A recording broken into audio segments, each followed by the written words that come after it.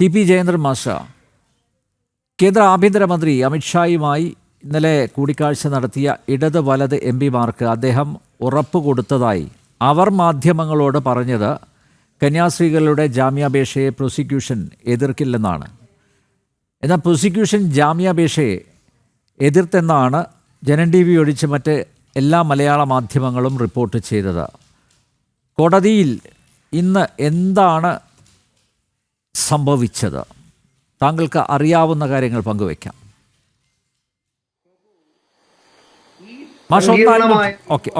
പറഞ്ഞോളൂ. ഈ സങ്കീർണമായ നിയമപ്രശ്നങ്ങളുള്ള ഒരു കേസ് ഇന്ന് കാലത്ത് 10 മണിക്കാണ് NIA കോടതിയിൽ അപേക്ഷയായി നൽകുന്നത്. 11:30 മണിക്കാണ് ഈ കേസ് NIA കോടതി പരിഗണിക്കുന്നത്.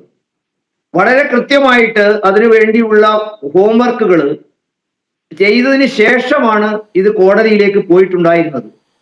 കോടതിയിൽ നിരവധി ചോദ്യങ്ങളെ അഭിമുഖീകരിച്ചു. വളരെ കൃത്യമായിട്ട് കന്യാസ്ത്രീകൾക്ക് വേണ്ടി ഹാജരായ മലയാളിയായ വക്കീലും അവിടുത്തുകാരനായ അമൃതോദാസ് എന്ന വക്കീലുമാണ് ഹാജരായത്.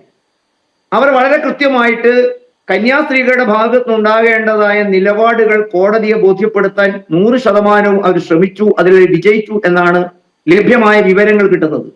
സാങ്കേതികമായിട്ട് നമുക്കറിയാം, ഇത്തരം ഒരു കേസ് ഉണ്ടാകുമ്പോൾ പബ്ലിക് പ്രോസിക്യൂട്ടറുടെ ജോലി, ചുമതല, കർത്തവ്യം എന്ന് പറയുന്നത് അതിന്റെ നിയമവശങ്ങളെ കോടതിയിൽ അറിയിക്കുക, സാധ്യമായ തരത്തിൽ അവരുടെ അറസ്റ്റിനെ ചെറുക്കുക തന്നെയാണ് സംസ്ഥാന ഗവൺമെന്റിന് വേണ്ടി വാദിക്കാൻ പോകുന്ന ഒരു വക്കീലിന്റെ ചുമതല. പക്ഷേ ആ പ്രവർത്തനങ്ങളിൽ നിന്നും അദ്ദേഹം ആകെ കോടതിയിൽ പറഞ്ഞ ഒരേ ഒരു വാചകം ഇത് അന്വേഷണത്തിന്റെ പ്രാരംഭ ഘട്ടത്തിലാണ് എന്നുള്ളത് മാത്രമാണ്. ഇത് ഞാൻ പറയുന്നത് മാത്രമല്ല, ഈ അമൃതോദാസ് എന്ന വക്കീലിനെയും മലയാളിയായ വക്കീലിനെയും ഈ നടപടികൾ പൂർത്തിയായി പുറത്തിറങ്ങിയപ്പോൾ കേരളത്തിലെ പ്രഗത്ഭരായ ചില മാധ്യമ പ്രവർത്തകന്മാർ ഇന്റർവ്യൂ ചെയ്തു. അതിൽ മലയാളിയായ നമ്മുടെ വക്കീലും അമൃതോദാസും കൃത്യമായിട്ട് പറഞ്ഞു ഒരു തരത്തിലുള്ള നിസ്സഹകരണവും ഉണ്ടായിട്ടില്ലെന്ന് മാത്രമല്ല, സാങ്കേതികമായിട്ട് ഒറ്റ ചോദ്യം മാത്രമാണ്, ഒരു പരാമർശം മാത്രമാണ് പ്രോസിക്യൂട്ടർ ഭാഗത്തു നിന്നുണ്ടായത്. അത് സാങ്കേതികമായിട്ട് അദ്ദേഹം ചോദിക്കേണ്ടതാണ്. ഒരിക്കൽ പോലും അദ്ദേഹം എതിർത്തിട്ടില്ലെന്ന് മാത്രമല്ല, അവസാനം കോടതിയിലെ മജിസ്ട്രേറ്റ് ന്യായാധിപൻ ഛത്തീസ്ഗഡ് പോലീസ് മേധാവിയോട്, ഹാജരായ പോലീസ് മേധാവിയോട് ചോദിച്ചു, പ്രതികളെ കസ്റ്റഡിയിൽ ആവശ്യമുണ്ടോ? വളരെ കൃത്യമായിട്ട് പോലീസിന്റെ അവിടെ ബന്ധപ്പെട്ട പോലീസ് മേധാവി ഹാജരായ ആൾ പറഞ്ഞു കസ്റ്റഡി ആവശ്യമില്ല.